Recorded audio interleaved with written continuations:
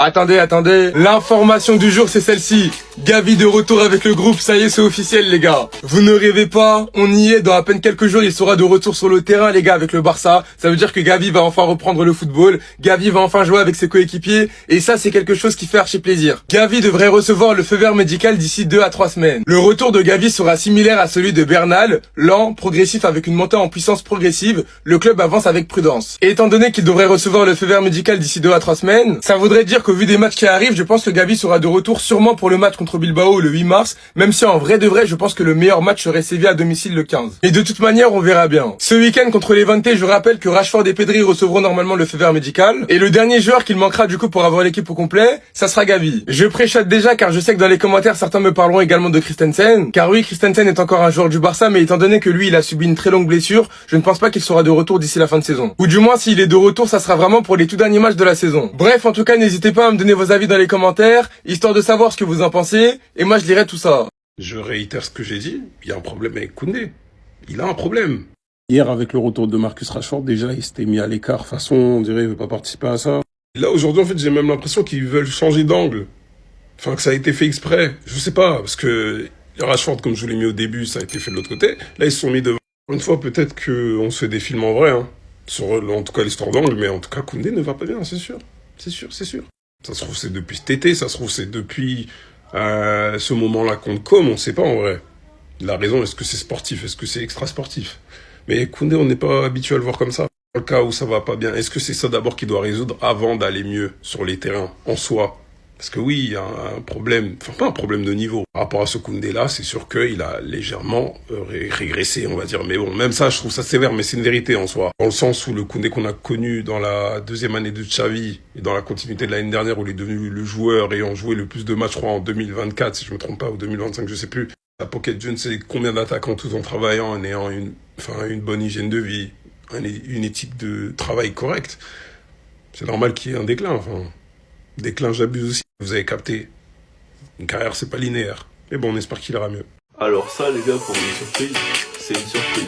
Regardez qui est de retour. Après le retour de Pedri, qui a encore une fois participé à l'entraînement. Après le retour de Rashford, on peut voir que maintenant il a un petit truc sur le genou. On a le retour de Gavi. Je vous ai fait des vidéos pour vous dire qu'il était bientôt de retour. Mais je pensais pas que c'était à ce point.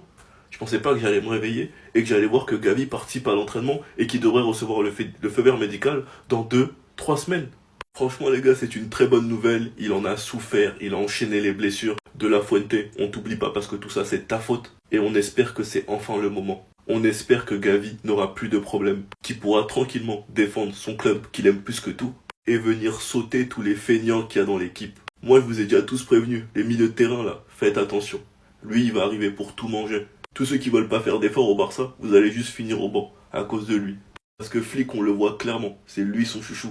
Et j'ai hâte de voir ce qu'il va faire de lui. En tout cas les gars, doucement.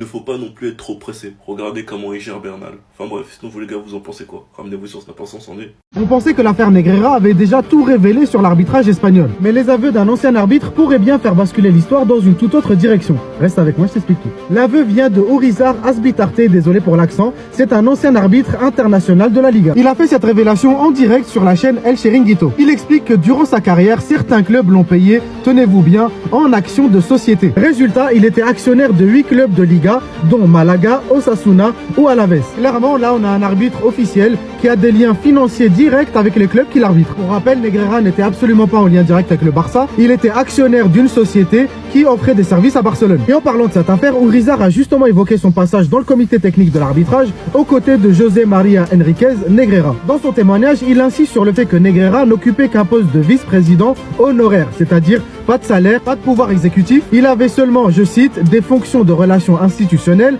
avec les fédérations régionales. Et c'est là qu'on a un détail clé, car ce n'est pas du tout le seul à faire ce genre d'affirmation. Plusieurs personnes ayant travaillé avec Negreira affirment qu'il n'avait aucun pouvoir décisionnaire et que son rôle était mal décrit et mal présenté dans les médias. Pendant des années, les médias pro-madrilènes et le Real Madrid lui-même, par le biais de Florentino Pérez, ont pris des positions et ont désigné Negreira comme étant vice-président du CTA, sans dire qu'en réalité, il était vice-président honoraire. Et c'est une nuance essentielle dans cette affaire parce qu'elle change totalement la perception des gens sur son rôle réel au sein du CTA et sur son influence ou non sur l'arbitrage. Mais ce qui choque le plus dans cette affaire, c'est le silence absolu autour de cette confession. On parle quand même d'un ancien arbitre international qui reconnaît avoir été actionnaire de plusieurs clubs officiels pendant qu'il arbitrait des matchs. Pourtant, silence radio dans tous les médias, pas d'enquête, pas de plateau télé qui parle de l'affaire tous les jours de la semaine. Là, clairement, on a un deux poids, deux mesures. Là, clairement, on peut dire qu'en Espagne, un dossier ne devient un scandale que si le FC Barcelone est impliqué. D'ailleurs, on l'a bien vu avec l'affaire Negreira. 3 ans de débat, les gars. 3 ans de débat sur toutes les chaînes médiatiques espagnoles, alors qu'en tout, il y a zéro preuve. En tout cas, si vous voulez mon avis, ces révélations ne sont pas sorties aujourd'hui pour rien. Là, on sait que l'affaire Negreira prend fin au mois de mars. Nous sommes de plus en plus proches de la fin de cette enquête. Et comme par hasard, on commence à voir que la relation entre Barcelone et Negreira n'était pas si grave que ça au final. Mais bon, il reste toujours la question de savoir pourquoi ce scandale est-il ignoré. Pourquoi le Real Madrid, qui fait le justicier depuis des mois et même des années, pourquoi là il ne se penche pas sur les aveux? Pourquoi Florentino Pérez ne convoque pas une assemblée générale comme il l'a fait il y a quelques mois pour parler de tout ça devant ses socios? Dites-moi vous ce que vous en pensez en commentaire. Quant à moi, je vous dis à bientôt et Visca Barça. Le FC Barcelone était informé s'ils veulent s'offrir Julián Alvarez, l'attaquant de l'Atlético Madrid. Ça sera une somme énorme en gros. Le Barça était informé qu'il faudra mettre plus de 200 millions d'euros pour s'offrir l'attaquant argentin des Colchoneros. Aujourd'hui, concernant la séance d'entraînement, c'est une très bonne nouvelle. Regardez qui était de retour à l'entraînement collectif. Gavi, les gars, les joueurs font une aide d'honneur à Gavi, bien sûr, aujourd'hui, à l'occasion de ce retour à l'entraînement collectif. Dernier entraînement collectif qu'il avait fait, les gars, c'était il y a 5 mois. Bon, il s'entraînait là déjà depuis 2-3 semaines, mais individuellement. Et aujourd'hui, ça a été son premier entraînement collectif, donc il pourrait être de retour dans un groupe du Barça d'ici quelques semaines. À noter que le Barça, sur les 6 prochains matchs officiels, 5 rencontres à domicile. On sait que le Barça est bien meilleur à domicile qu'à l'extérieur. Regardez la preuve, les 2 derniers matchs à l'extérieur, 2 défaites. Et le Barça a remporté quand même ses 8 matchs officiels au Camp Nou cette saison depuis son retour au Camp Nou. Donc depuis le retour au Camp Nou contre Bilbao, que des victoires. Donc là, c'est pour ça que les 6 prochains matchs, 5 matchs à domicile, il faut cartonner. Et on finit avec un petit saviez-vous, les gars. Hansi Flick, donc le coach du Barça, et le grand Diego Maradona se sont affrontés sur le terrain lors d'une demi-finale de la Coupe UEFA en 1989. Mais en fait, il y a quelque chose que vous comprenez pas avec le Barça et les supporters du Barça. Vous pouvez nous envoyer les infos que vous voulez sur le mercato. Tant qu'il n'y a pas de here we go, on n'y croira jamais parce qu'on n'a pas de sous, on est pauvre, on est endetté. Julián Alvarez jouera, en majuscule, jouera, c'est sûr, pour le Barça après la Coupe du Monde pour un montant total d'environ 70 millions. 70 quoi? Mais 70 quoi? On peut même pas acheter des gourdes à nos joueurs. Après, on a les infos comme ça aussi. Julián Alvarez est la priorité du FC Barcelone pour cet été, très bien. Mais quand notre directeur sportif, on lui dit on doit vendre des joueurs qui ne servent à rien pour en récupérer d'autres, il veut pas vendre. Donc en fait, c'est bien que ce soit la priorité, mais pour lui, tous les joueurs de la planète, c'est sa priorité, il veut pas vendre. Donc ça sert à quoi? Le fait qu'il veuille rejoindre une meilleure équipe pour pouvoir gagner des titres, ça j'y crois à 100%. Et on le savait quand il signait à l'Atlético, qu'il allait aller en prison, qu'il allait pas gagner de titre et qu'il allait jamais rester hyper longtemps, vu le joueur qu'il est. Mais maintenant c'est bien que lui il veuille venir et que nous on le veuille. Mais il y a les problèmes dessous. C'est ça le problème. Et je vous la fais très court, ceux qui vont m'en parler en commentaire, l'alternative Vlahovic, j'en veux pas. Je veux pas de cette fumée. Pour moi, c'est pas un neuf de classe mondiale, c'est pas un neuf qui doit être titulaire au Barça.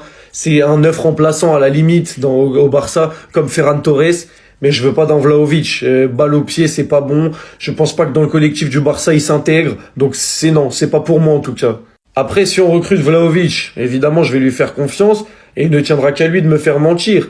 Mais personnellement, si je dois faire un choix entre vendre 2-3 joueurs qui nous servent à rien et récupérer Alvarez ou signer lui, le choix, mais en fait, il n'y a même pas de choix. Le choix, il est fait, mais à l'instant. Après 6 mois d'absence, ça y est, nous y est les gars. Gavi, aka notre guerrier, a enfin fait son retour à l'entraînement. Si vous l'avez oublié, c'est lui qui est le chouchou d'Hansi Flick à la base. Ces deux-là avaient vraiment une très bonne relation, donc hâte de revoir ça aussi sur le terrain. Et pour ce qui est de son retour, quand est-ce qu'on va le revoir avec le maillot du Barça? Eh bien, ce sera dans 2 ou 3 semaines qu'il recevra le feu vert médical. J'avoue, moi, ça me semble encore long parce que j'en peux plus d'attendre. Et c'est un joueur qui a connu de grosses blessures, donc vaut mieux qu'il revienne doucement, mais sûrement. Au niveau du calendrier, donc à mon avis, ce sera pas Levante ni Villarreal et pas la Coupe du Roi. J'espère Bilbao ou alors un retour à la maison avec une belle inauguration pour le match face à Séville le 15 mars, qui sera d'ailleurs le jour des élections présidentielles du Barça. En tout cas, les gars, je fais confiance à Hansi Flick pour gérer son retour, comme il l'a fait pour Bernal. À mon avis, on le verra pas jouer plus de 10 minutes encore dans les prochains matchs, surtout à ce moment-là de la saison où les matchs vont être de plus en plus intenses. Mais c'est pas grave, les gars, c'est un joueur qu'on veut pas pour les 5 prochaines semaines, mais pour les 5 prochaines années, voire 10, voire 15. Voilà. Hello les gars, en voilà une bonne nouvelle. Est-ce que vous le reconnaissez? C'est le retour de Gavi.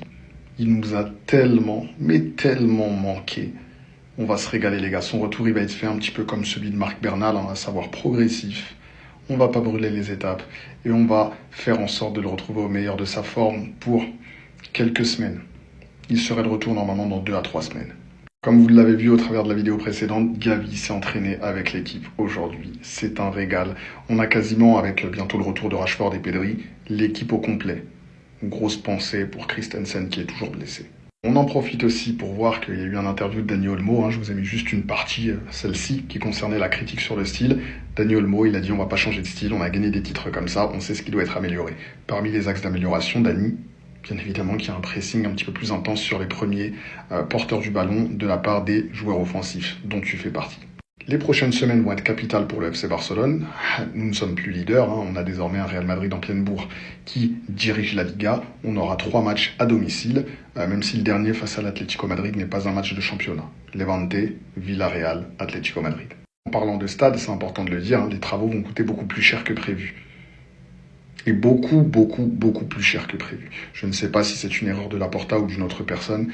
Néanmoins, encore une fois, le FC Barcelone aura des soucis financiers pour ne pas changer. On termine enfin avec un volet transfert.